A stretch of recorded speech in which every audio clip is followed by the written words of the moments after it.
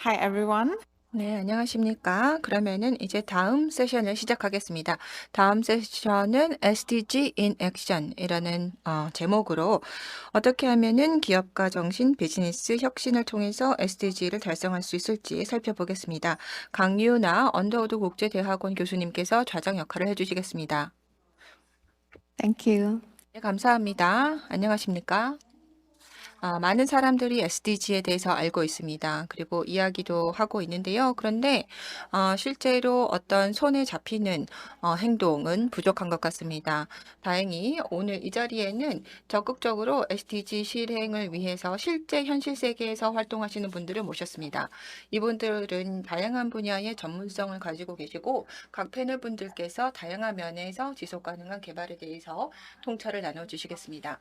이번 패널에 아, 첫 번째 발표자는 엄윤미 선생님이 되시겠습니다. 그다음에 데니얼 김 선생님 그리고 강현주님, 페이워치 글로벌에서는 강현주님 그리고 알렉스 민, 위하비스트에서 오신 대표님이 계시겠습니다. 그럼 먼저 각각의 발표자 분께서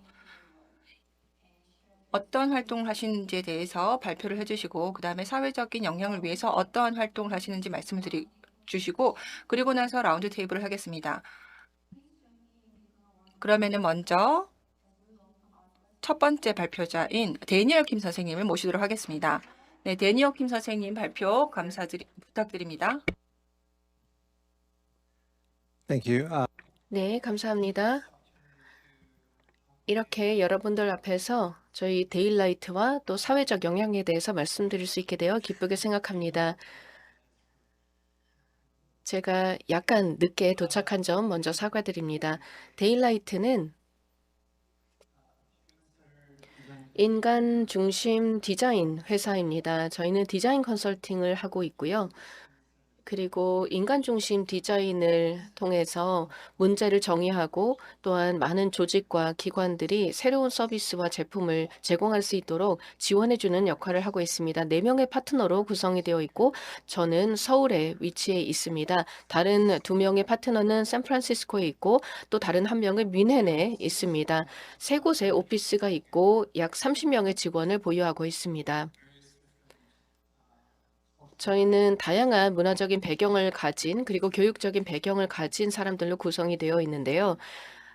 디자인에서부터 시작해서 인류학과 심리학을 전공한 사람들도 있고 굉장히 다양한 그러한 배경을 가진 분들이 모여 있습니다. 저희가 전 세계에 흥미로운 어떤 문제를 해결하고자 모이게 되었습니다. 저희는 이 회사를 일부러 작은 규모로 운영하고 있습니다. 2007년에 시작을 했는데 저희 회사를 운영을 할 때 고객 포트폴리오를 사회 기업과 공공기관 그리고 사적 기업들로 골고루 구성을 하고 있는데 저희가 하는 프로젝트의 절반 정도는 NGO 혹은 사회적 기업과 함께하는 사업입니다. 이 세계의 좀 거대한 문제들을 해결하고자 하는 야망이 있기 때문입니다. 저희는 굉장히 다양한 구성원들을 가지고 있고 또 다양한 전문성을 가지고 있기 때문에 그래서 저희는 다양한 여러 도전 과제와 저희 고객들이 제시하는 문제들을 해결하는 일을 하고 있습니다. 저희 데일라이트를 어떻게 설명하기 힘든 것 같습니다. 컨설팅과 어떤 경영 컨설팅을 하는 회사들과 경쟁을 하기도 하고 디자인 회사들과 경쟁을 하기도 하고 소프트웨어 개발사들과 경쟁을 하기도 합니다. 그래서 어찌 보면은 우리가 하는 일을 정의하기가 쉽지 않다고 느낄 수 있겠지만 저희는 이 현장에서의 영감을 바탕으로 해서 많은 사람들과 대화를 함으로써 영감을 얻고 이들이 가지고 있는 아직 해결하지 못한 문제가 무엇인가를 파악을 한 후에 이를 저희 클라이언트의 역량과 매치함으로써 어떻게 이 고객사들이 시장에서 차별화를 할 수 있는지 그 해결 방법을 찾아보고 또 아직까지 해결하지 못한 세계의 문제들을 어떻게 해결할 수 있는지를 고민하고 있습니다. 그래서 제품에서 UX, 브랜드, 서비스 경험에 이르기까지 결국은 시장과 사회에 영향을 주는 일을 하고 있습니다. 여기 이렇게 한 문장으로 우리가 하는 일을 정리해 볼 수 있는데 저희는 새로운 기회를 파악하고 새로운 제안을 하고 시장에 저희 고객들을 알리고 좀 더 창의적으로 사용자 중심으로 할 수 있도록 움직이는 기업입니다. 저희 고객사들의 절반 정도가 스타트업들이고요. 나머지 절반 정도는 다양한 종류의 조직들로 구성이 되어 있습니다. 게이츠 재단과 휴렛 패커드 재단도 있고 티핑 포인트와 호프랩 등도 있습니다. 이러한 조직들은 다 비영리 단체들입니다. UN의 경우에는 UN도 있고 그래서 굉장히 다양한 그런 문제를 해결하는 기관들과 함께하고 있습니다. 저희는 이러한 작업을 진행을 하면서 저희 프로세스를 중요하게 생각하는데요. 저희 프로세스라고 한다면 일단 맥락과 사람들을 관찰하는 것에서 시작을 합니다. 어떻게 새로운 솔루션이나 서비스가 사람들의 일상에 녹아들 수 있을까를 고민하고 있습니다. 저희가 연구를 할 때에는 매우 정성적인 방법으로 연구를 합니다. 저희 유저와 저희 고객들을 이해하는 작업들로 시작을 하죠. 새로운 기회를 파악을 하는 것은 쉽지 않습니다. 특히 정량적인 설문조사를 한다던가 아니면 어떤 분포도를 가지는가로 파악을 하기는 없습니다. 새로운 문제를 파악하고 새로운 기회와 새로운 새로운 솔루션을 찾는 그런 작업을 하고 있기 때문에 저희는 저희 사용자들과 인터뷰를 하고 정성적으로 조사를 하면서 더 나은 삶을 어떻게 살 수 있는지를 모색합니다. 저희가 다양한 관점들과 데이터를 수집을 하고 나면 그 다음에는 이것을 융합하는 이런 프로세스를 진행을 합니다. 저희가 다양한 사람들과 대화를 하고 또 2차적으로 연구를 진행을 하게 되면 지속적으로 나타나는 주제들이 있습니다. 의미를 가지고 있고 기회가 될 수 있는 그러나 아직까지 파악하지 못했던 그런 기회들이 나타나게 되거든요. 이러한 테마와 이러한 내용들을 바탕으로 해서 우리는 이를 해결하기 위한 아이디에이션 또 시각화, 프로토타입, 테스팅을 하고 그리고 나서 실제로 우리 이 서비스를 사용하게 될 사용자들에게 돌아가게 됩니다. 어떻게 우리가 처음에 가지고 있었던 가설과 가정이 틀렸는지를 깨닫고 다시 겸손해지면서 다시 시작을 하는 이런 프로세스를 반복적으로 진행을 합니다. 따라서 이렇게 과정을 반복하는 이터레이션이 매우 중요합니다. 디자이너로서 이러한 과정을 통해서 저희는 무척 겸손함을 느낍니다. 저희는 일종의 저희가 가지고 있는 어떤 가설들과 가정들을 가지고 시작을 합니다. 우리는 고객에 대해서 세상에 대해서 알고 있다고 생각을 하죠. 하지만 종종 이 과정을 통해서 우리의 고정관념이 우리의 가정이 틀렸구나라는 것을 발견하게 됩니다. 사람들을 관찰하고 실제 맥락에서 보게 되면 우리가 틀렸음을 알 수가 있습니다. 그리고 나면 우리 고객들이 실제로 서비스와 제품을 개발할 수 있도록 하고 출시까지 지원을 해줍니다. 저희가 진행을 했던 다양한 사회 영향 사업들이 있는데 그중에 홉랩과 함께 했던 사업이 있습니다. 홉랩의 경우에는 좀 큰 규모의 사회적인 문제를 해결하기 위한 조직입니다. 특히 이 선진국에서의 아동 비만 문제를 다루고 있습니다. 우리가 개도국이나 이런 문제를 많이 다루지만 선진국에서는 이 아동 비만이 문제가 되고 있습니다. 그래서 이 홉랩이 저희에게 접근을 해와서 주머니에 넣을 수 있는 MP3 플레이어를 만들어 달라고 했습니다. 그리고 이 MP3 플레이어로 음악도 들으면서 운동량이 얼마인지, 활동량이 얼마인지를 파악을 할 수 있는데요. 이를 통해서 아이들이 신체 활동을 늘릴 수 있도록 하는 것이고 그 목표를 달성하게 되면 그러면 음악을 공짜로 들을 수 있도록 하는 것입니다. 청소년들이 좋아하는 그런 것이죠. 하지만 아직까지 실제로 이런 청년들 그리고 청소년들하고 대화를 하지 못했기 때문에 저희가 대신 현장으로 나가서 한 20명에서 30명 정도의 타겟 고객군인 청소년들과 만나서 이야기를 했습니다. 사춘기를 겪고 있는 이런 친구들을 만났고 또 이들의 선생님들과 부모님들과 그리고 방과 후 교사들과 만나서 이렇게 일상적으로 이런 청소년들과 시간을 보내는 사람들의 이야기를 듣게 되었습니다. 그리고 나서 저희가 알게 된 것이 홉랩이 처음에 가지고 있었던 그런 가정이 틀렸다는 것입니다. MP3를 학교에서 허용하지 않는다고 하더라고요. 그렇기 때문에 학교 안에서의 활동은 트래킹하기가 불가능하다는 것을 알게 되었습니다. 그리고 또 중요한 것이 학생들이 이 음악을 공짜로 들을 수 있다는 것이 그다지 매력적인 그런 보상이 아니라는 것을 알게 되었습니다. 그래서 저희가 어젠다를 새롭게 설정을 해야 됐고 또 실제로 이 청소년들이 가지고 있는 문제를 어떻게 해결해야 되는가, 즉 일상의 활동량을 늘리기 위해서 어떻게 할 수 있을까를 고민하게 되었습니다.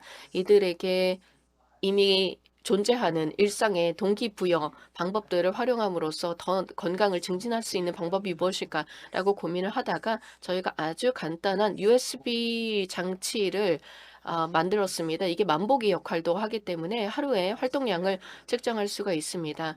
그래서 저희가 이 과정에서는 온라인 커뮤니티를 구축하는 것이 굉장히 중요했습니다.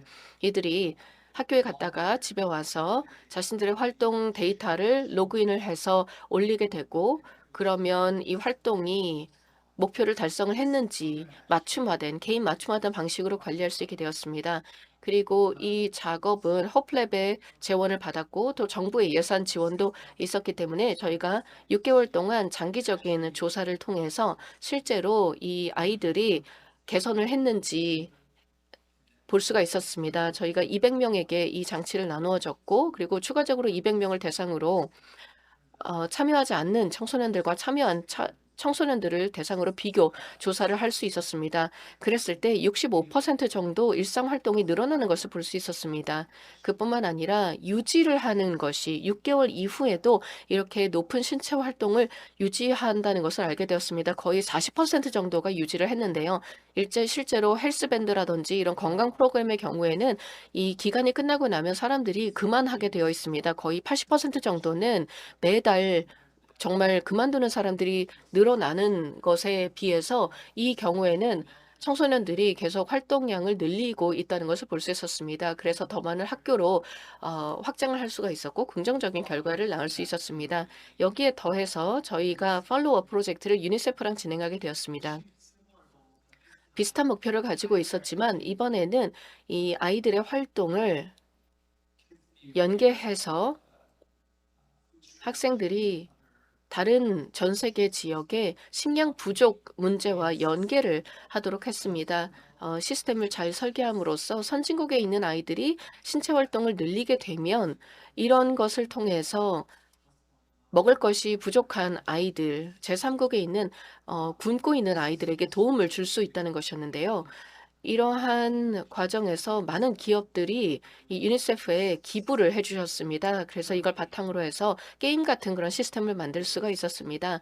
여기 나와 있는 이런 손목 밴드를 차고 그리고 활동 목표를 맞추게 되면은 이러한 대기업들의 뭐 디즈니나 타겟과 같은 대기업들의 이 기부금을 받을 수가 있도록 그렇게 되어 있습니다. 즉 이렇게 활동을 더 많이 함으로써 대기업들의 기부가 이어질 것이고 이들이 제3세계 아이들을 도와줄 수 있도록 하는 그런 어떤 동기부여를 주는 것이죠. 아이들이 따라서 활동량만 늘리는 것이 아니라 이러한 프로그램에 참여함으로써 자연스럽게 일부러 학교에서 교실에서 배우는 것이 아니라 자연스럽게 이러한 식량 문제 그리고 전 세계에서 굶고 있는 아이들이 많다는 문제, 이 문제에 대해서 좀 더 인식을 제고할 수 있는 프로그램이었습니다.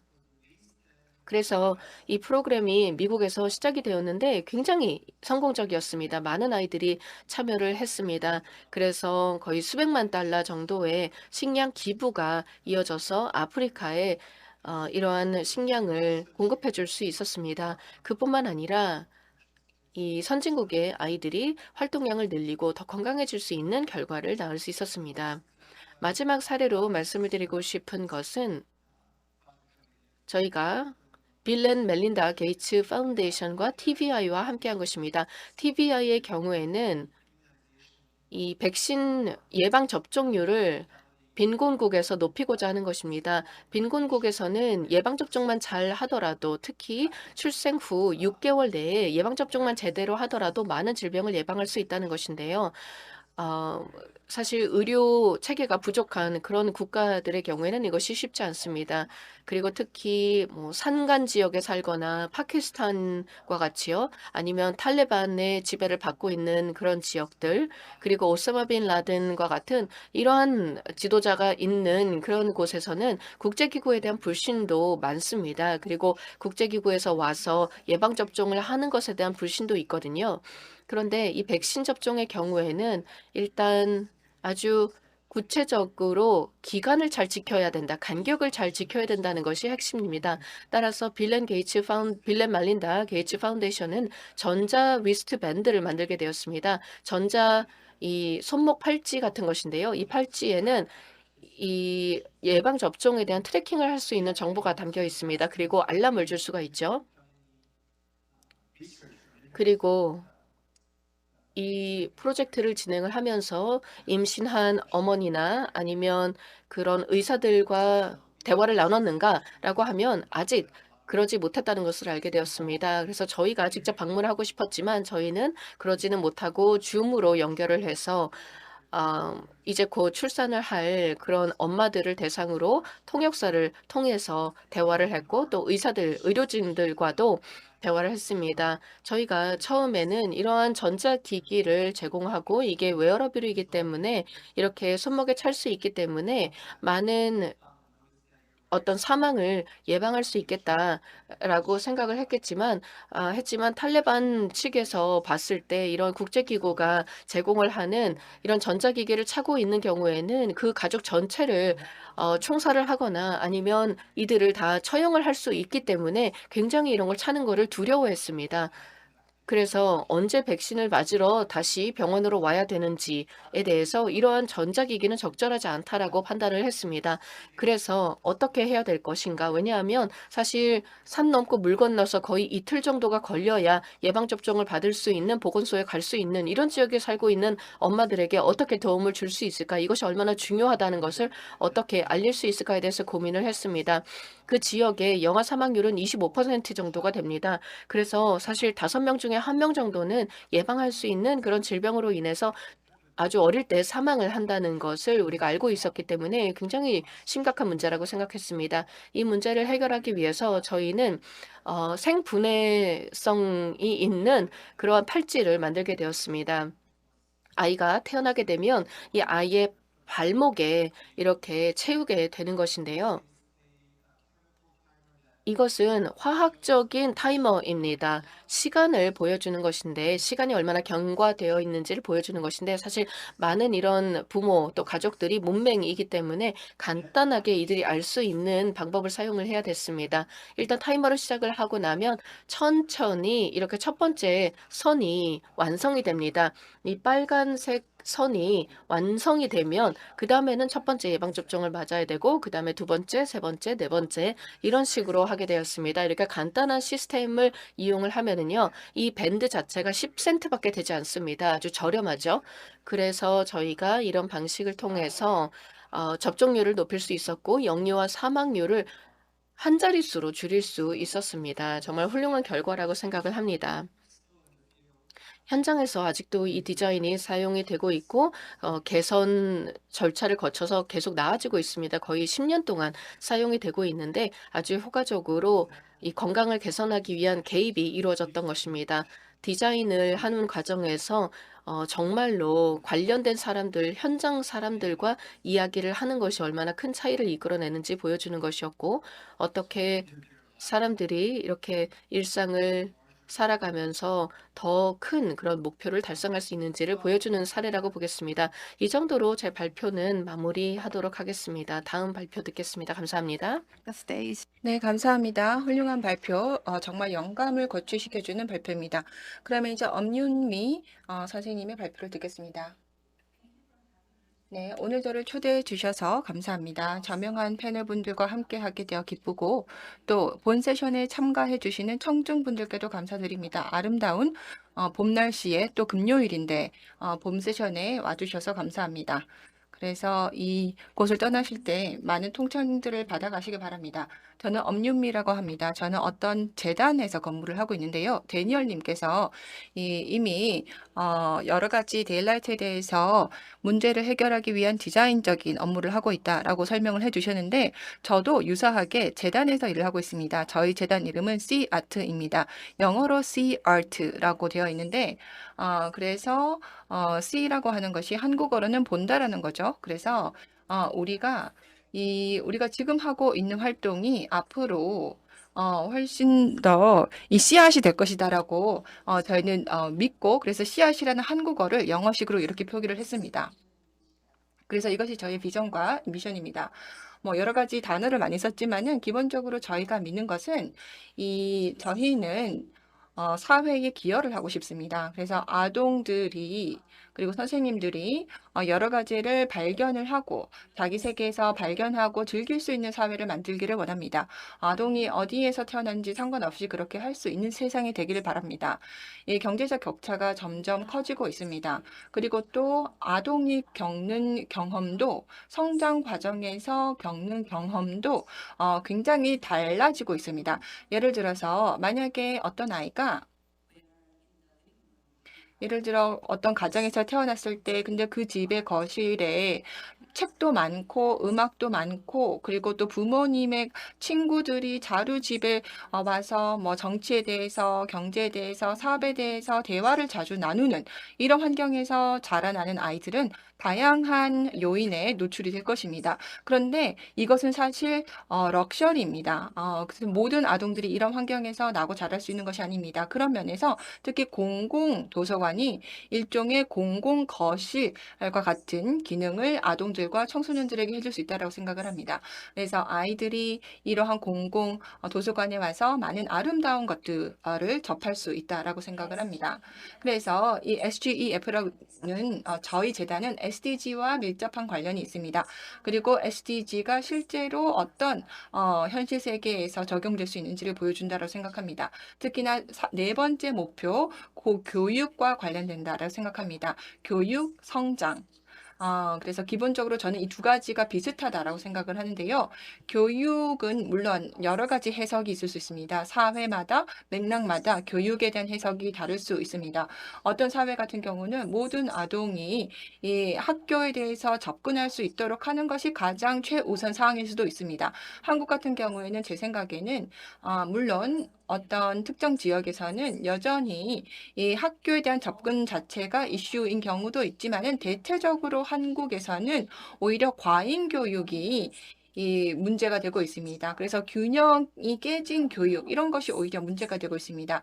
여기에 대해서 많은 예를 들어서 학생들이 이런 교육 시스템 내에서 많은 것을 공부해야 되고 공부해야 될 책도 너무 많고 그래서 균형적이지 않는 교육 과정 이런 것들이 오히려 문제로 지적이 되고 있습니다. 그래서 저희는 아동들이 성장을 하면서 다양한 것에 노출이 돼서 내가 뭘 좋아하는지, 내가 뭘 매력적으로 느끼는지, 내 재능이 어떤 분야에 있는지 이런 것들을 아이들 스스로 탐구하고 찾아갈 수 있기를 바랍니다. 그것이 저희 재단의 주요 미션입니다. 그래서 네 가지 사업 영역을 가지고 있습니다. 첫 번째는 저희의 도서관을 디자인하는 것입니다. 도서관, 저희가 사실 비전으로 삼고 있는 도서관은 어떤 기존의 일반적인 도서관과 매우 다릅니다. 물론 책도 있지만 책이 저희가 디자인하는 도서관의 중심은 아닙니다. 저희의 도서관에서는 일단 경험이 도서관의 중심이 돼야 된다고 생각합니다. 그래서 저희는 기본적으로 다양한 재료들을 제공을 하고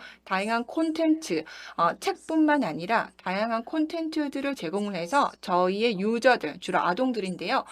이들이 여러 가지를 경험하기를 바랍니다. 그래서 두 가지 유형의 이 도서관을 서울과 그리고 성남에서 운영하고 있습니다. 어떻게 도서관이 다르게 설계되고 운영될 수 있는지를 보여주는 예시라고 생각합니다. 물론 저희가 실제로 이 도서관을 운영을 하면서 많이 또 배웁니다. 그래서 지역 자치단체하고 그리고 또 다른 또 공공 도서관하고도 일을 하기도 합니다. 그래서 공공도서관 프로젝트가 또 저희 두 번째 사업 영역이고요. 그 다음에 세 번째는 여러 가지 많은 비영리 기구들과 함께 또 일을 합니다. 비영리 기구들도 문제들이 있습니다. 그래서 문제를 해결을 하는 데 있어서 저희는 도서관이 어떤 주축이 되기를 바라고 그런 면에서 파트너십 활동들을 합니다. 네 번째로 좀 더 전통적인 재단의 업무입니다.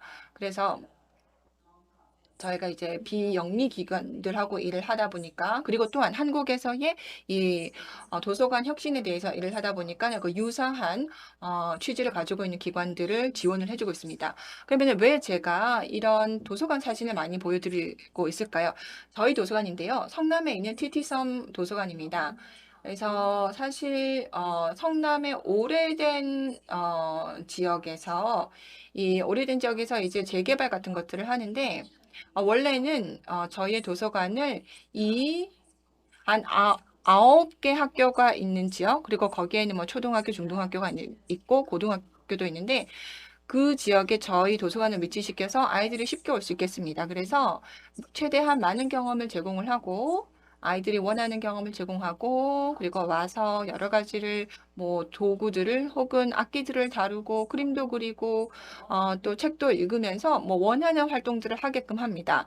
그래서 그런 것들을 제공을 하는 거죠. 이런 경험을 제공을 하고 이런 도구와 재료들을 제공을 해서 아동들의 여러 가지의 스스로를 노출시킬 수 있도록 합니다. 그래서 이 TT섬 도서관이 운영된 지 2년 정도 되었는데 많은 학생들이 이 도서관을 매일매일 이용을 하고 있습니다. 그래서 이 도서관을 운영을 해봤더니 대부분의 경우 이런 많은 이 10대들은 일단 사용자의 수는 이 주중하고 주말 굉장히 달라집니다. 왜냐하면은 당연히 이제 10대들은 굉장히 바쁘죠, 요즘. 그래서 TT3 같은 경우 저희가 주말하고 주중하고 일단은 유저의 전체 수 자체는 비슷합니다. 그래서 한 100명의 학생들이 와서 매일 이제 이용을 합니다. 재미있는 시간을 보내고 가는데, 근데 주말 같은 경우에는 어떨 때는 좀 대기 줄이 길어지기도 합니다. 그 다음에 이제 이거는 저희 두 번째 도서관인데요. 연세대 근처에 있습니다. 해화동에 위치해 있습니다. 그래서 이제 도심지에 위치해 있는데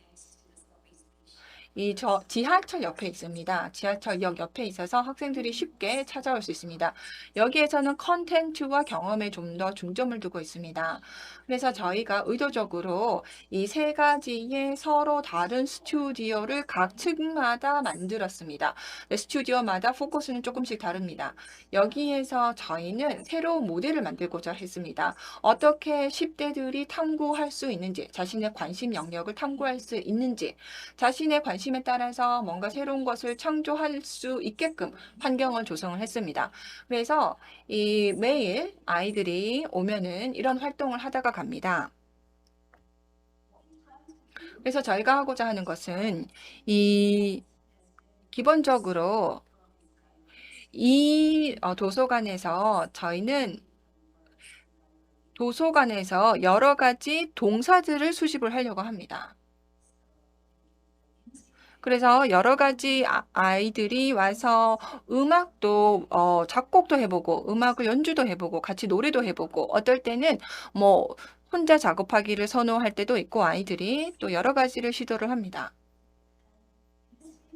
그래서 정말 이 많은 학생들이 자신만의 책을 또 창작하려고 하는 것도 보는 것도 흥미롭습니다. 많은 성인들의 경우 걱정을 하죠. 학생들이 책을 읽지 않는다라고 걱정을 하는데 사실 아이들을 자극하는 가장 좋은 방법은 동료들이 또래가 쓴 책을 읽게끔 하는 것입니다. 이것이 굉장히 인기가 있다라는 것을 저희가 발견을 해서 이 동료 또래 아이들이 쓴 책들을 전시를 해놓고 있습니다. 그리고 또 저희가 다양한 도서들을 진열을 해놓고 있습니다. 10대들 같은 경우 좀 스트레스가 많습니다. 독서량이 많기 때문에 공부해야 되는 양이 많기 때문에 뭐 이것도 읽어야 돼, 저것도 읽어야 돼 이런 것들을 많이 듣다 보니까 스트레스를 받고 있습니다. 그래서 물론 이제 다양한 종류의 책들을 저희가 구비를 해놓고 있지만은 여기에서 아동들이 보고 있는 것들이 다 사실 책입니다. 그래서 그래서 이러한 책 혹은 독서에 대해서 이런 장벽을 저희가 제공하고자 다양한 형태의 책을 제공을 하고 있습니다. 그 다음에 또 다양한 여러 가지 자세로 독서를 하게끔 저희가 여러 또 가구도 디자인을 해서 구비를 해놓고 있습니다. 아이들이 책을 읽기에 가장 편한 자세가 무엇일지를 고민을 해서 이렇게 다양한 자세로 편한 대로 앉을 수 있도록 여러 가구를 비치해 놓고 있습니다. 그래서 이 두 개의 도서관 같은 경우에 많은 사서들이 있습니다. 그래서 실제로 사서분들도 오셔서 보고 싶어 하십니다. 그래서 또 저희가 저희 도서관에 투자를 하는 이유이기도 합니다. 그래서 실제로 도서관이 얼마나 달라질 수 있는지를 저희가 보여주는 것이죠. 도서관 안에서 어떤 활동을 할 수 있는지를 보여주는 것입니다. 왜냐하면 저희가 그동안에 다양한 많은 것들을 실제적으로 해봤기 때문입니다. 그래서 이러한 시도들이 아마 도서관으로서는 저희가 거의 처음으로 해보는 것들이 많을 것입니다. 그런 면에서 공공도서관하고도 저희는 같이 일을 합니다. 그래서 지자체 도서관하고 같이 일을 해서 공공도서관도 좀 더 다양한 것들을 제공함으로써 다양한 종류의 학생들이 방문을 하게끔 하고 있습니다. 그래서 이것은 전주에 있는 틴 스페이스라고 합니다. 그래서 5년 정도 운영을 하고 있고요. 그래서 평균적으로 학생들이 혹은 사용자들이 이 도서관에 왔을 때 2시간 이상을 있다가 갑니다. 그래서 그 2시간 동안에 여러 가지를 하다가 갑니다.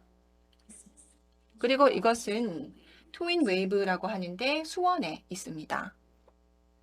그리고 이거는 스페이스 2도이고 세종시에 있습니다. 그래서 이 공간 느낌이 굉장히 다르죠. 외관도 굉장히 다릅니다. 저희가 그만큼 이 지역에 있는 10대들에 대해서 저희가 먼저 리서치를 하고 나서 이런 공간을 설계하고 디자인했기 때문입니다. 그래서 그 지역의 10대들에 대해서 먼저 공부를 합니다.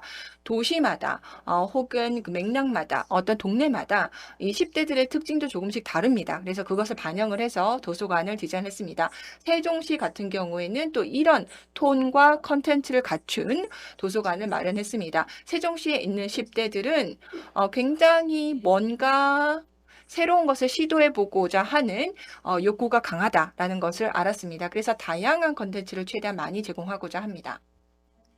그 다음에 이제 또 10대들은 또 자유롭게 뭔가를 탐험하고 탐구할 수 있는 공간이 필요합니다.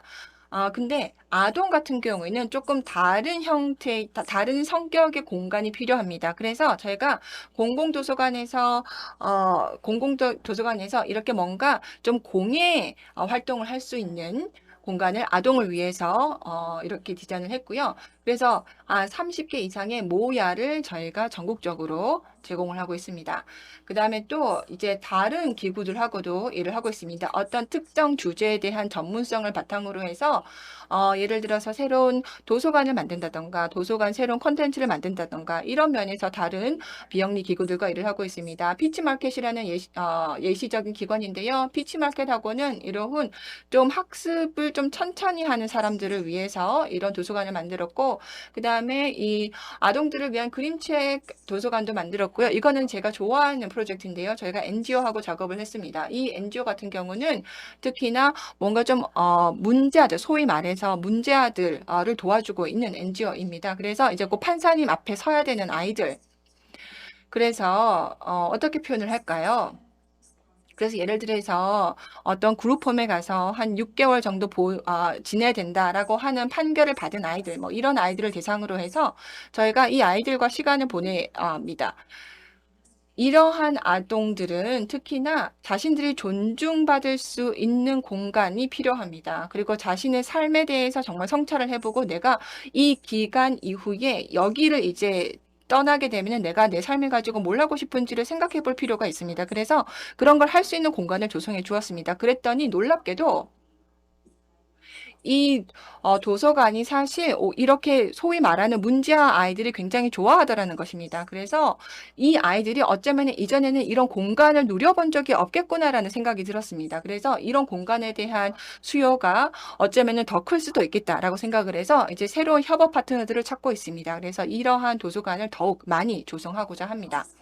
그다음에 또 어떨 때는 저희가 컨텐츠에 대해서도 집중해서 작업을 합니다. 어떤 컨텐츠 같은 경우에는 저희가 이제 시장에만 남겨두면은 충분히 만들어지지 않는 것들이 있습니다. 예를 들어서 좀 천천히 학습을 하는 사람들, 이 사람들에게 특화된 책들이 시장에만 맡겨서는 많이 출판될 수가 없습니다. 그래서 이러한 특별한 분들을 위해서 저희가 또 특별한 책들을 만드는 프로젝트를 하고 있습니다.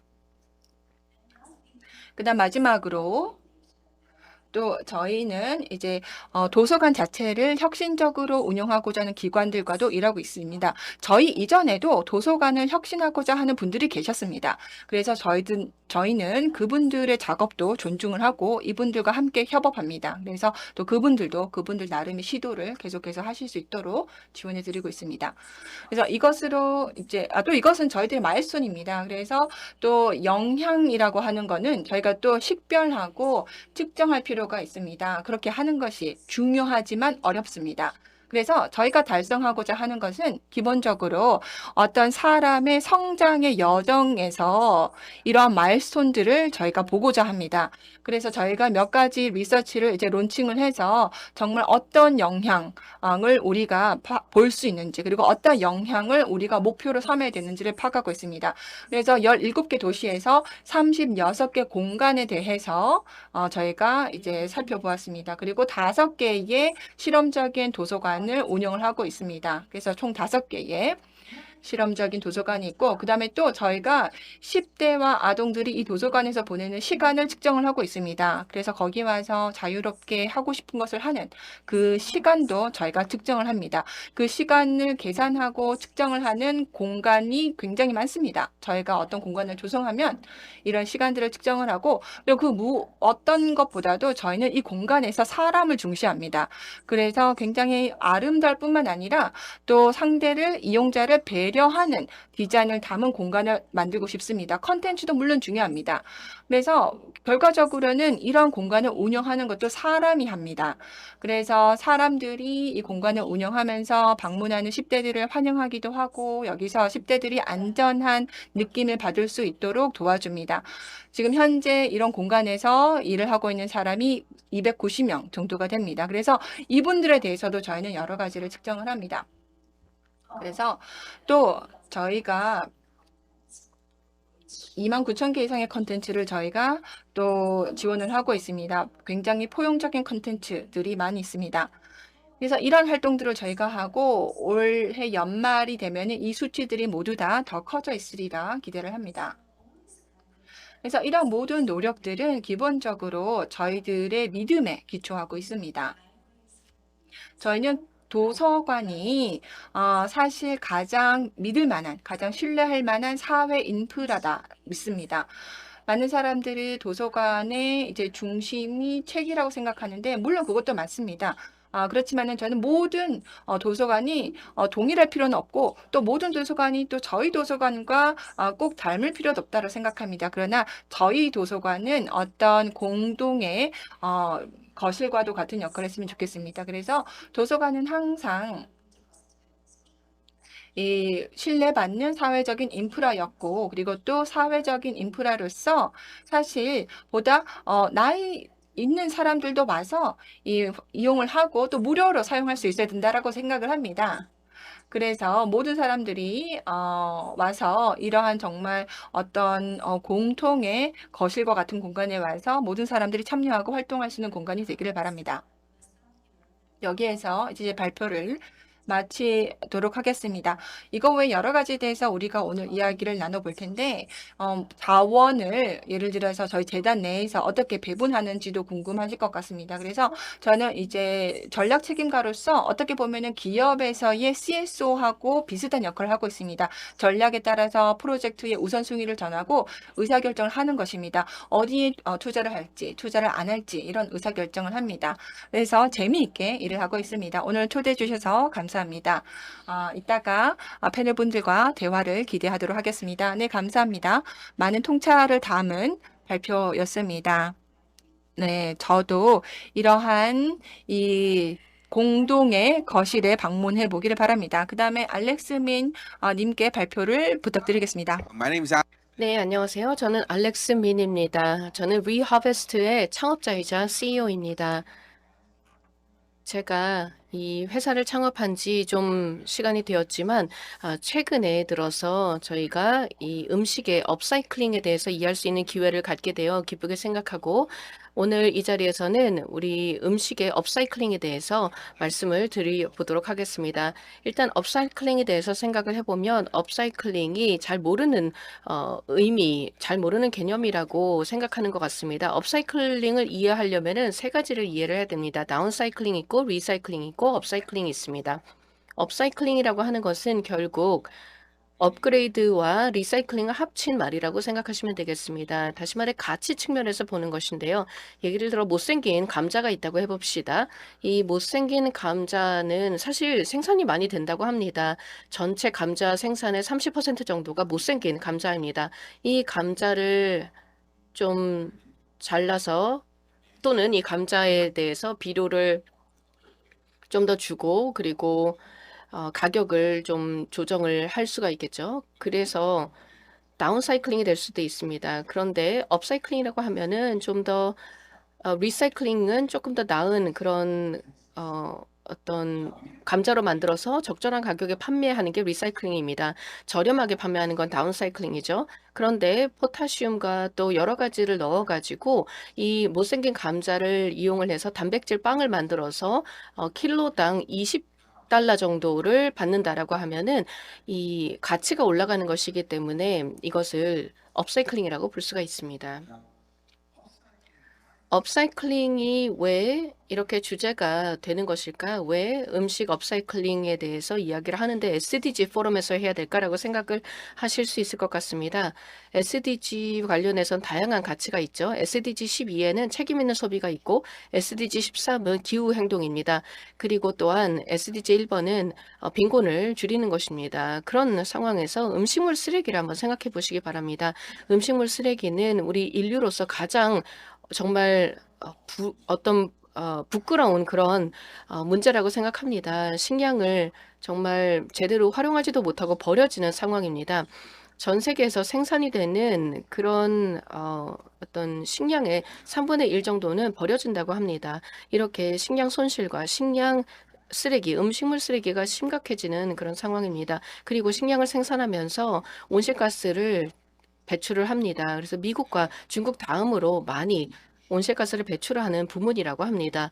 그리고 2030년까지 우리는 거의 66톤 정도의 그런 쓰레기가 생기게 된다고 합니다. 초당입니다. 그래서 엄청나게 많은 식량 쓰레기를 만들고 있는데요. 매 초마다 66톤이 나온다고 생각을 한다는 것은 정말 심각하다고 볼 수가 있겠습니다.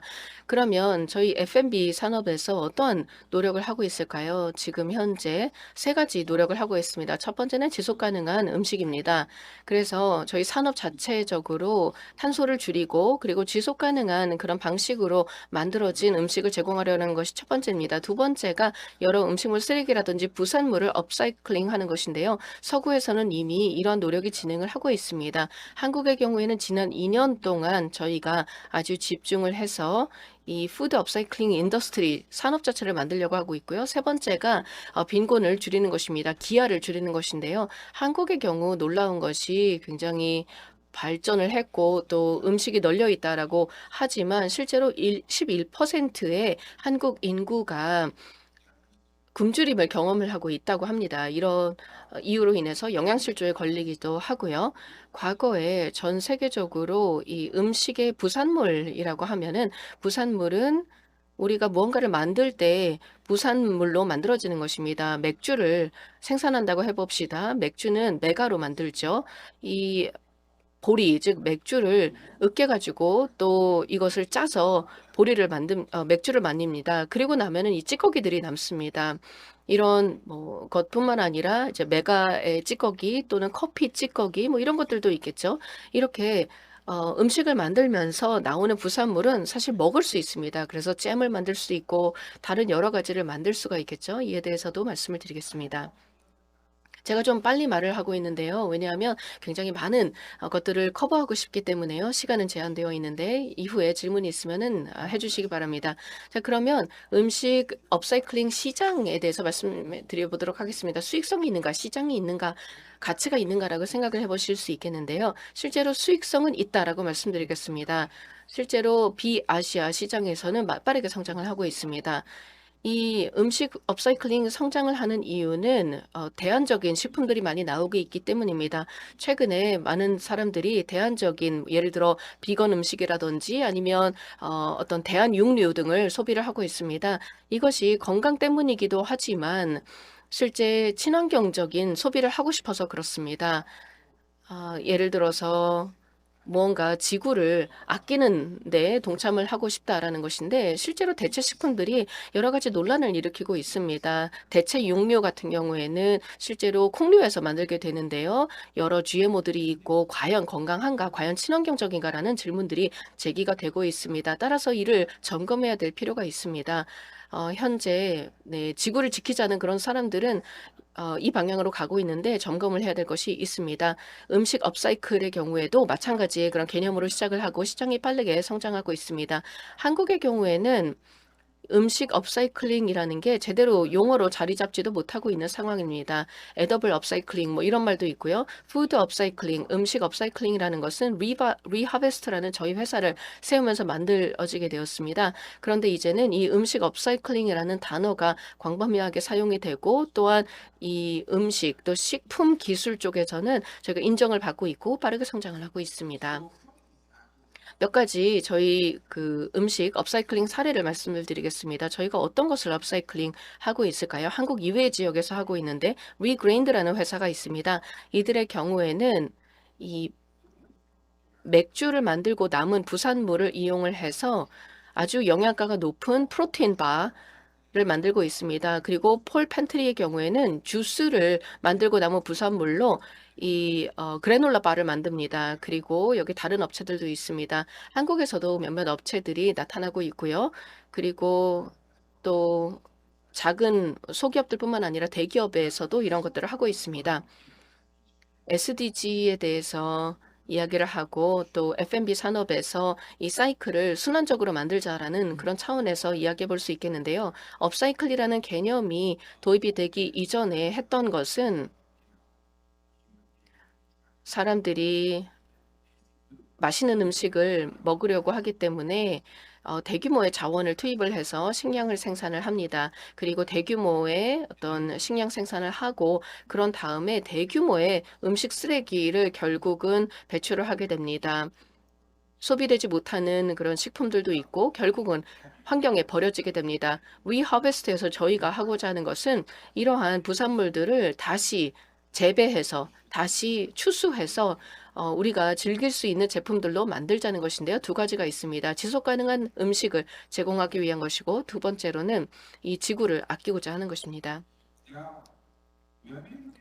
저희가 부산물을 들여다보았을 때 업사이클 대상을 선정을 잘 합니다. 저희가 회사이기 때문에 모든 부산물을 업사이클하는 것은 아닙니다. 물론 규제도 저희가 생각을 해봐야 되거든요. 저희가 리하베스트를 시작을 했을 때 이 음식을 업사이클링 한다는 것은 새로운 개념이었기 때문에 한국의 환경 운동가들과 또 환경 규제 그리고 국세청에서도 이러한 사업을 예의주시했습니다만 다행히 여러 가지 그런 법적인 어떤 장애물들을 잘 넘기고 이럴 사업을 추진할 수 있었습니다. 그래서 다양한 그런 부산물의 이런 대상을 찾아볼 때는 규제를 먼저 고려를 해야 됩니다. 그리고 다음으로는 이러한 제품들이 품질이 낮을 것인가 뭐 이렇게 생각을 하지만 저희는 기술을 이용을 해서 건강한 음식을 만듭니다. 따라서 우리가 시장성 있는 제품을 만드는 것이 중요합니다. 그래서 저희는 비용 측면도 봅니다. 그리고 대규모, 즉 규모의 경제를 맞출 수 있는 그런 부산물을 봅니다. 그리고 처음 그 부산물이 얼마나 깨끗한지 그리고 충분한 영양분이 들어있는지를 보게 됩니다. 왜냐하면 대부분의 부산물은 영양 성분이, 즉 영양가가 별로 없기 때문에 이를 제품화하기가 쉽지 않습니다. 저희가 ESG라던가 친환경 컨셉으로 만드는 것도 있겠지만 저희가 제품을 판매할 때에는 실제로 영양 성분이 훌륭하기 때문에 판매하는 부분도 있거든요. 그래서 저희가 이 맥주 부산물과 그리고 식혜 부산물 그런 것들을 이용을 합니다. 저희가 주로 사용을 하는 것이 바로 식혜와 맥주의 부산물을 이용을 해서 업사이클을 하는 것입니다. 자, 그러면 이제 식혜와 맥주의 부산물에 대해서 생각해 보도록 하겠습니다. 양이 얼마나 될까요? 여러분들 혹시 아시나요? 혹시 소맥 드시나요? 소주와 맥주를 섞은 것인데요. 소주와 맥주를 섞어서 저도 정말 소맥을 좋아하는데 많이 마십니다. 한국에서 거의 420톤 정도의 맥주 부산물을 매년 생산한다고 합니다. 그리고 그중에 50% 이상은 버려지기 때문에 이 폐기물 처리 비용이 듭니다. 그중에 일부를 우리가 업사이클 할 수 있겠다라고 생각을 했습니다. 그리고 이 부산물의 경우에는 아주 영양 성분이 훌륭합니다. 그렇기 때문에 이를 제품화했을 때에도 영양이 훌륭한 제품이 될 수 있겠다라고 생각했습니다. 그래서 저희 리하베스트에서는 이러한 맥주 부산물을 이용을 해서 이 기능성이 훌륭한 단백질 파우더로 만듭니다. 기능성이 훌륭한 밀가루로 만듭니다. 그리고 여기에는 섬유질이 풍부하거든요. 그래서 식이섬유도 풍부하고 그리고 단백질도 거의 일반 밀가루보다 2배 더 높습니다. 그래서 많은 사람들이 저에게 질문을 하는 것이 어떻게 이렇게 이 리사이클링된, 업사이클링된 밀가루가 영양가가 좋은가라고 물어봅니다. 그런데 입에 좋은 것은 몸에 좋지 않다라는 말이 있죠. 사실 맥주도 생각을 해봅시다. 맥주에서 여러 가지 당 성분 그리고 탄수화물 성분을 이렇게 짜서 맥주를 만드는 것이거든요. 그래서 맥주를 짜고 남은 그런 부산물이 오히려 굉장히 영양 성분이 훌륭합니다. 즉 몸에 좋은 것들은 남아 있다는 것이죠. 몸에 좋지 않은 것이 맥주가 되는 것입니다. 따라서 이렇게 훌륭한 영양 성분을 가진 그래서 시장성이 있는 그런 부산물이 생겨나게 됩니다. 자, 다음으로 ESG에 대해서 생각해 보도록 하겠습니다. 저는 환경적인 측면에 대해서 집중을 하도록 하겠습니다. S 쪽과 G 쪽은 다른 세션에서도 논의를 할 수가 있겠죠. ESG 중에서 E, 즉 환경에 대해서 말씀드려 보겠습니다. 저희가 이러한 맥주 부산물을 업사이클링을 해서 여러 파우더 제품이나 밀가루를 만들 때 실제로 1kg을 만들면 11kg의 탄소를 배출 줄일 수 있습니다. 그리고 물도 절약을 할 수가 있겠고요. 그래서 저희 제품을 사용을 하게 되면 결국은 지구에 도움이 되는 것입니다. 그리고 또 건강한 제품을 소비하는 것이고 그리고 맛있는 음식을 먹으면서 정말 현실적으로 지구를 구할 수 있는 데 기여하는 것이죠. 그것이 바로 리하베스트의 제품입니다. 또 제가 마지막으로 드리고 싶은 말씀은요. 변화에 대한 것입니다. 음식 업사이클링은 우리 사회를 변화시키고 있습니다. 하지만 스타트업이기 때문에 저희가 이러한 변화의 가능성을 다 보여드릴 수는 없습니다. 그리고 이 변화가 유지되는 것은 저희 힘으로는 되지 않습니다. 이 사회가 계속해서 변화하기 위해서는 여러분의 도움이 필요합니다. 용감하게 저희의 새로운 제품을 구매해 보시고 시도해 보시고 스타트업들을 응원하고 지원을 해주시는 것만으로도 큰 도움이 될 것이고 지속 가능한 미래를 만드는 데 큰 도움이 될 것입니다. 이것으로 마무리하도록 하겠습니다. 패널 토의 기대해 보겠습니다. 감사합니다. Alex, for your 네, 감사합니다. 그리고 또 헌신적인 노력도 감사드립니다. 그러면은 이제 페이워치의 강현주님께서 발표를 해주시겠습니다. 네, 안녕하십니까? 네, 오늘 저를 발표자로 초대해 주셔서 감사합니다. 저희 페이워치의 여정에 대해서 특히나 관련되는 사회적 영향 면에서 이야기를 하게 되어 기쁩니다. 저는 강형조라고 합니다. 페이워치에서 일을 하고 있고 그리고 또 공동 창업자입니다. 페이워치는 금융 솔루션 제공 업체입니다. 핀텍 기반을 통해서 이 파이낸싱 니즈가 있는 사람들에게 특히나 긴급한 상황에서 재무 솔루션을 제공해 드리고 있습니다. 기본적으로 저희가 하는 활동은 access serve 내가 일한 만큼의 소득을 미리 받아볼 수 있도록 하는 것입니다. 그래서 비상 상황에서 자금이 필요한 사람들에게 이 자금을 제공해주고 있습니다. 한국에서 시작을 했습니다. 2021년 시작을 했는데 지금 5개 사무소를 두고 있고 4개 국가에서 말레이시아, 필리핀, 인도네시아에서 활동하고 있습니다. 저희가 이 사업을 시작을 했을 때 저희의 신념은 우리가 사람들을 도와줄 수 있다라는 것입니다. 즉, 이 파이낸싱을 필요로 하는 사람들, 어떤 긴급한 상황이 발생을 해서 파이낸싱이 필요한 사람들에게 도움을 주기 위해서 EWA라고 하는 프로그램을 시작했습니다. 예를 들어서 내가 봉급생활자라고 하면 아마 여러분들도 파트타임이나 아니면은 뭐 정직원으로든 일한 경험이 있으실 것입니다. 그래서 대부분의 경우 월급을 받죠. 그런데 이제 월급 날까지 기다리다 보면은 어떨 때는 좀 어렵습니다. 특히나 뭔가 예기치 못한 지출이 발생을 했을 때 이 경우에 보통은 사람들이 찾는 방법이 뭔가 공식적인 솔루션이거나 아니면 좀 비공식적인 솔루션을 통해서 필요한 돈을 융통을 하게 됩니다. 그래서 이런 비상사태를 해결하고자 합니다. 근데 저희가 이 사업을 시작했을 때 2021년 저희가 파악한 바로는 대부분의 봉급 생활자들이 월급 생활자들이 긴급하게 자금이 필요한 경험이 있더라는 것입니다. 그리고 또 그래서 어떤 비공식적이거나 아니면 공식적인 채널을 통해서 자금을 조달을 해야 되는 예를 들어 뭐 제1금융권을 갖거나 제2금융권을 가거나 뭐 신용카드로 대출을 받거나 이런 방법을 이용해야 됐습니다. 근데 저희가 포커스를 두었던 것은 동남아 지역에서 이런 문제들이 만연하다는 것을 보았습니다. 한국뿐만 아니라 한국도 사실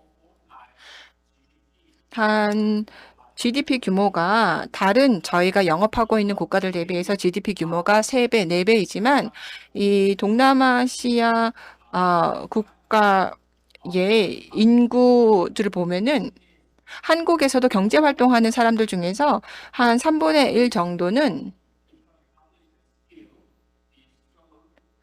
때로는 minimum wage income 이 최저임금으로 생활을 하고 있다라는 것입니다. 한국에서 경제 활동하는 인구의 3분의 1도 최저임금으로 생활을 하고 있습니다. 그래서 이런 문제들이 한국뿐만 아니라 동남아에서도 많이 발생하고 있습니다. 그러나 특히나 동남아 같은 경우에는 한국과는 좀 다른 점이 단기 어떤 대출 솔루션이 많지가 않습니다. 신용카드 같은 것이 동남아에는 많지 않습니다. 여러분께서 아실지 모르겠지만 한국의 신용카드 업계가 한국에서는 어느 정도 성숙해 있습니다. 그래서 한 1억 장 이상의 신용카드가 한국에서 발행이 되었습니다. 이것은 경제활동을 하는 한 사람당 4장의 신용카드가 있다라는 이야기인데 근데 한국과 비교해서 동남아 같은 경우는 신용카드의 침투율이 10% 미만입니다. 이것이 의미하는 것은 이 동남아에서는 이 현금을 쉽게 금방 융통할 수 있는 방법이 별로 없다라는 것입니다. 그래서 여기에 저희가 집중을 했습니다. 그래서 이 그래프를 보시면 많은 동남아 국가들이 에서 많은 사람들이 이 은행 서비스에서 소외되어 있습니다. 네, 말레이시아를 제외하고 필리핀, 인도네시아 요 정도 좀 필리핀, 인도네시아, 태국 뭐 이런 국가들에서 이 인구의 50% 이상이 은행 서비스에서 소외되어 있습니다. 그래서 실제로 이 인구의 과반 이상이 은행에 접근성이 없거나 사용해 본 적이 없다라는 것입니다. 제2금융권 솔루션도 별로 많지가 않습니다. 그래서 저희가 포커스를 둔 솔루션이 바로 이것입니다. 저희의 솔루션은 이 애플리케이션을 통해서 쉽게 사용자가 돈을 받을 수가 있습니다. 나의 월급 지급날 전에 필요에 따라서 월급을 미리 받을 수 있는 것입니다. 실시간으로 받을 수가 있습니다. 그리고 또 굉장히 낮은 수준의 수수료만 지급하면 됩니다. 저희는 높은 이자를 책정하지 않습니다. 그래서 저희는 어떤 신용도가 높아야 된다거나 소득 수준 요건을 따지지 않습니다. 그래서 이건 좀 단순한 표인데요. 그래서 여기 세러라고 하는 사용자가 있습니다. 그래서 월급날이 매달 28일인데 그런데 2,000 링깃 정도를 월급날 전에 필요하다라고 하면은 이 정도 금액은 저희의 애플리케이션을 통해서 쉽게 받을 수가 있습니다.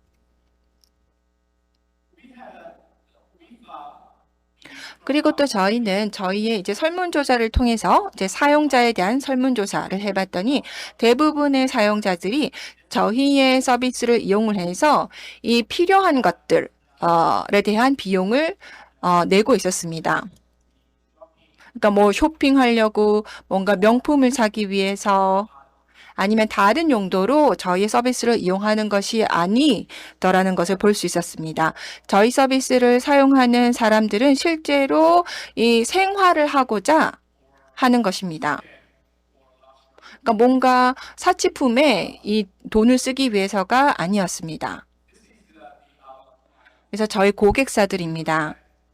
그래서 보시면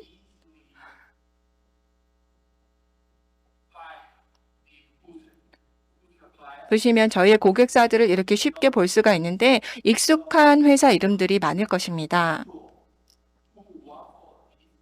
그래서 이러한 강력한 브랜드 기업에서 일을 하는 사람들은 이런 사람들은 이제 소득 수준이 다양할 수 있습니다. 파트타임으로 일하는 사람들도 있습니다. 그래서 어떨 때는 이제 정말 이 최저임금을 받는 경우도 있습니다. CJ, KT 이런 대기업에서 일을 하지만 만약에 파트타임으로 일을 한다라고 하면 최저임금을 받을 수 있습니다. 그래서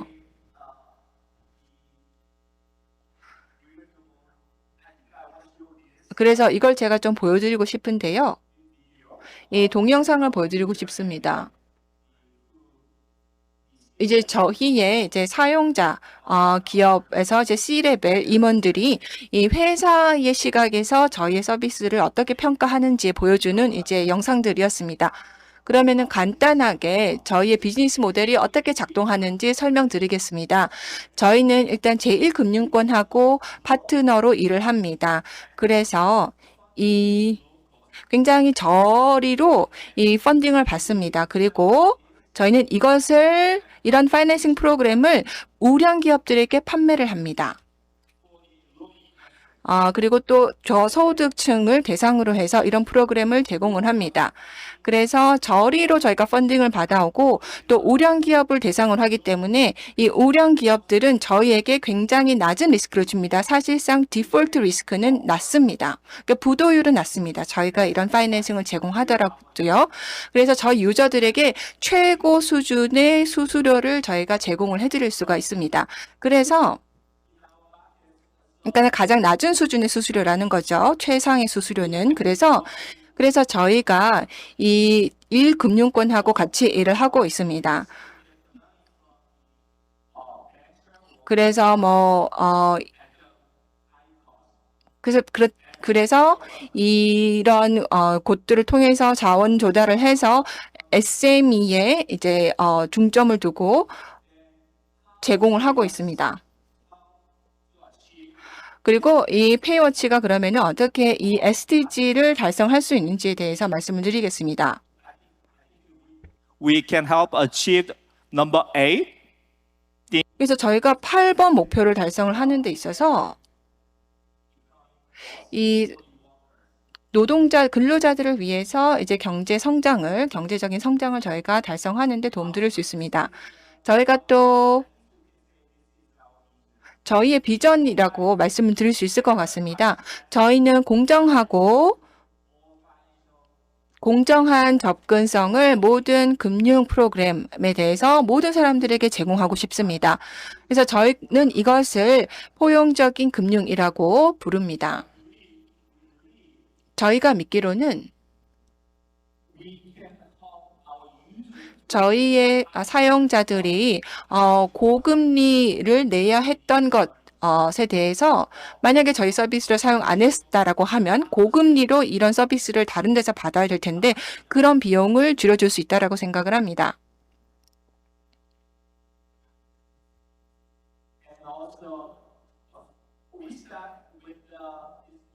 그리고 저희가 이런 EWA 서비스를 시작을 했는데 이를 통해서 또 전반적인 이 금융복지 플랫폼을 확대해 나가고 싶습니다. 그래서 여러분이 페이워치의 사용자라고 하면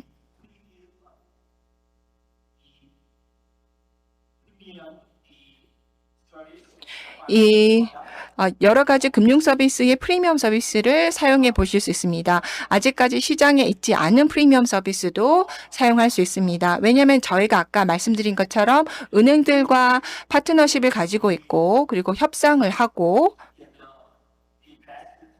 가장 최상의 조건으로 이제 제품 서비스를 제공을 하기 때문에 가능한 것입니다. 그리고 저희가 회사가 한국에서 시작을 했지만 저희는 이 동남아로 진출해야 되겠다라고 동기가 생겼는데 그때 저희가 APEC 2020 기그 경제 챌린지라는 것에 참여를 했습니다. 그게 UNCDF가 주최를 했던 행사인데 그때 저희가 이 상위 5개 파이낸셜 솔루션 제공 업체로 선택이 되었습니다. 그리고 한국에서도 저희가 인정을 받고 있습니다. 예를 들어서 사회적 기업으로서 사회적인 영향에 기여를 하고 있다라고 인정을 받고 있습니다. 저희의 제품과 서비스를 통해서 이런 인정을 받고 있습니다. 2020년부터 이러한 인지도가 생겼습니다. 그리고 여기 보시면 이 오른쪽 사진이 이 페이넷 입니다. 그러니까 저희가 페이넷하고도 저희가 파트너십을 가지고 있는데 페이넷은 한국에서 이제 금융결제원입니다. 근데 이제 말레이시아에서도 이렇게 활동을 하고 있는데 대부분의 기업들이 저희의 서비스를 채택을 했을 때 이 ESG 이니셔티브로서 저희의 서비스를 자신의 직원들을 위해서 저희의 서비스를 채택하기도 합니다. 그리고 또 저희는 비자하고도 일을 합니다. 그래서 이 금융에 대해서 문해력을 키울 수 있는 교육 프로그램들을 동남아에서 제공을 하고 있습니다. 작년에서 시작을 했고요.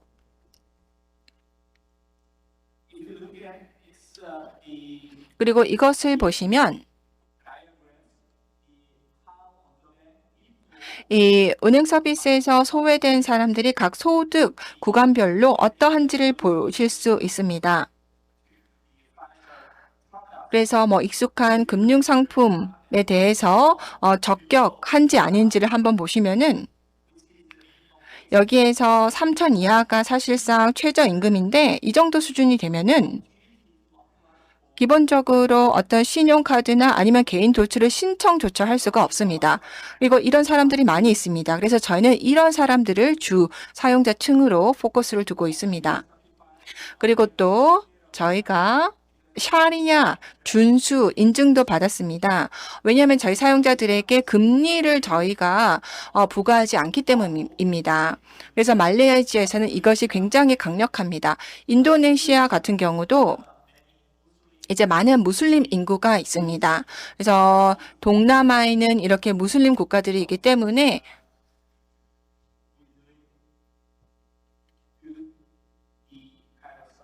그래서 이렇게 샤리아 법을 준수한다라는 인증을 받는 것도 유익하다라고 생각합니다. 제가 아까 말씀드린 것처럼 우리가 얼마나 이 사용자들에게 어떤 금리를 절감할 수 있는 효익을 주는지 보여주는 장표입니다. 그래서 이 금리 1년간의 금리 비용을 달러화로 환산을 하면은 그 30만 불 정도의 비용을 저희 서비스 사용자들이 누리고 있습니다. 네, 감사합니다. Unfortunately, 네, 안타깝게도 저희가 이제 시간이 부족하기 때문에 토론을 할 시간은 부족할 것 같습니다. 그렇지만 저희가 내년에 그래서 더더욱 의기나 동일한 발표자분들을 모시고 세션을 가졌으면 좋겠습니다. 오늘 패널 분들께 통찰을 나눠주셔서 감사하다는 말씀을 드리겠습니다. 정말 곱씹어 볼 만한 많은 아이디어를 주셨습니다. 감사합니다. Thank you, Professor Kang. 네, 교수님 감사합니다. 굉장히 풍부한 논의를 나눈 것 같습니다. 예, 굉장히 구체적인 예시들, 기업들이 어떻게 SDG 달성을 위해서 어떤 활동들을 하고 있고, 또 청년들의 이 역량 강화를 위해서 식품산업부터 금융산업까지 다양한 이야기를 들을 수 있었습니다. 이제 10분 쉬고 다음 세션을 진행하도록 하겠습니다. 다음 세션은 이 시민사회를 특히나 활용을 하여 이 SDG 달성을 위해서 지역 공동체를 어떻게 역량 강화할지에 대한 것입니다. 감사합니다.